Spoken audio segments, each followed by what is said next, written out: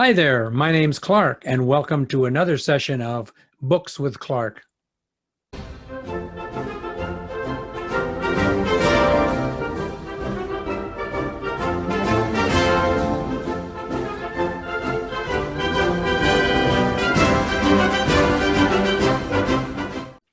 So the book we'll be talking about today is Disloyal by Michael Cohen.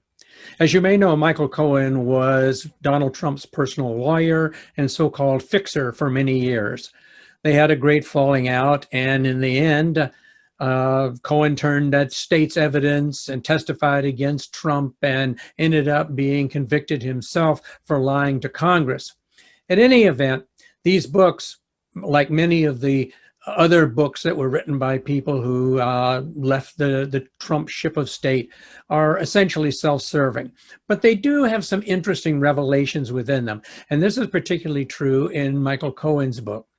I know one of the things that people have wondered about is how this vulgarian, foul-mouthed, womanizing, tax-cheating bully Donald Trump got to be the poster boy for white Christian evangelism in this country. Well, Michael Cohen sheds a little bit of light on this question and tells the story of Donald Trump's first meeting with the major evangelical leaders in the United States.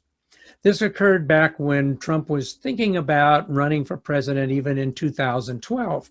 And the go-between in this turned out to be one Paula White. Now, Paula White is one of these prosperity gospel ministers. The prosperity gospel idea is that Jesus wants you to become rich, and at the same time, belief in Jesus may help you get to be rich.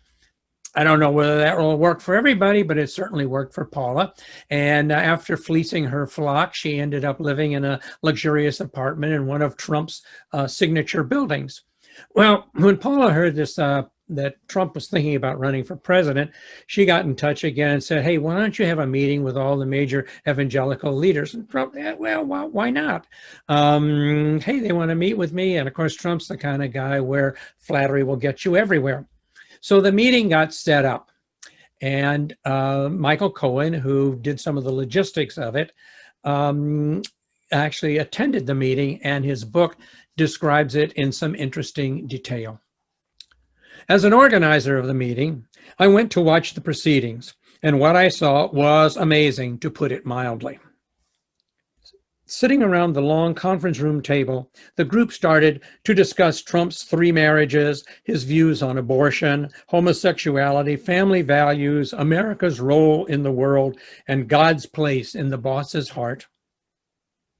So Trump talked to them about how as a little kid he went to Norman Vincent Peale's church in Manhattan. Well, as the evangelicals inhaled Trump's Norman Vincent Peale horseshit, they solemnly asked to approach him to lay hands on him. I watched with bated breath. Trump was a massive germaphobe, as I've noted, so the idea of dozens of hands touching his clothing and his skin would appall him, I knew. But even this didn't faze the boss. He closed his eyes, faking piety, and gave the appearance of feeling God's presence as the assembled group called for guidance in determining the fate and the fortune of Donald Trump, America, and the message of Jesus Christ. He goes on. Trump's answers to their questions were compassionate, thoughtful, godly, in a way that I knew in no way reflected the beliefs or his way of seeing life. He could lie directly to the faces of some of the most powerful evangelical religious leaders in the country, and they believed him, or decided to believe him, a distinction with a real difference. And Trump was imperfect, they knew, with his multiple marriages and carefully cultivated reputation as a womanizer. But he knew what they cared about. The core beliefs: anti-abortion laws, Supreme Court justices, opposition to gay marriage and civil rights, and the cultural war rhetoric aimed at godless liberals. That was Trump's rat-like cunning, and it was a talent that I knew then that he would ride all the way to the White House. At the end of the day, to have a final recap of his thoughts and the laying on of hands, I entered Trump's office. Can you believe that bullshit? Trump said with incredulity, referring to the ritual and the evangelicals.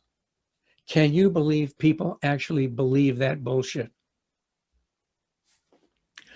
Well, of course, the hypocrisy wasn't just on Trump's side. The evangelicals certainly knew who they were climbing into bed with and why. It was a Faustian bargain struck. And one can imagine at the end of the day, the evangelical leaders themselves gathering and saying, can you believe it?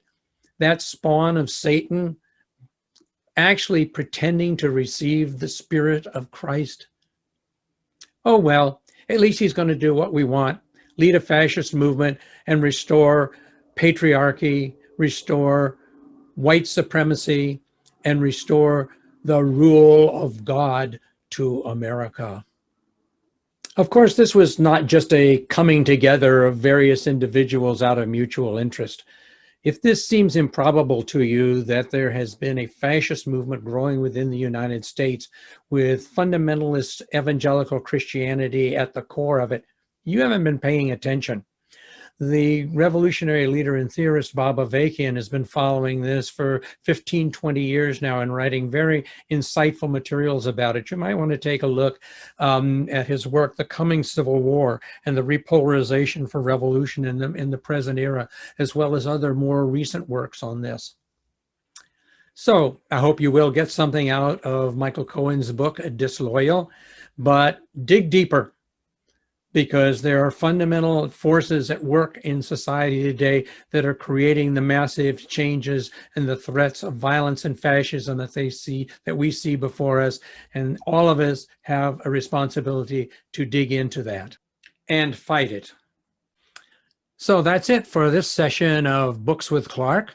As always, the books featured and mentioned on this program are available at Revolution Books, 437 Malcolm X Boulevard at 132nd Street in Harlem, or from the store's website, www.revolutionbooksnyc.org. So until next time, keep on reading.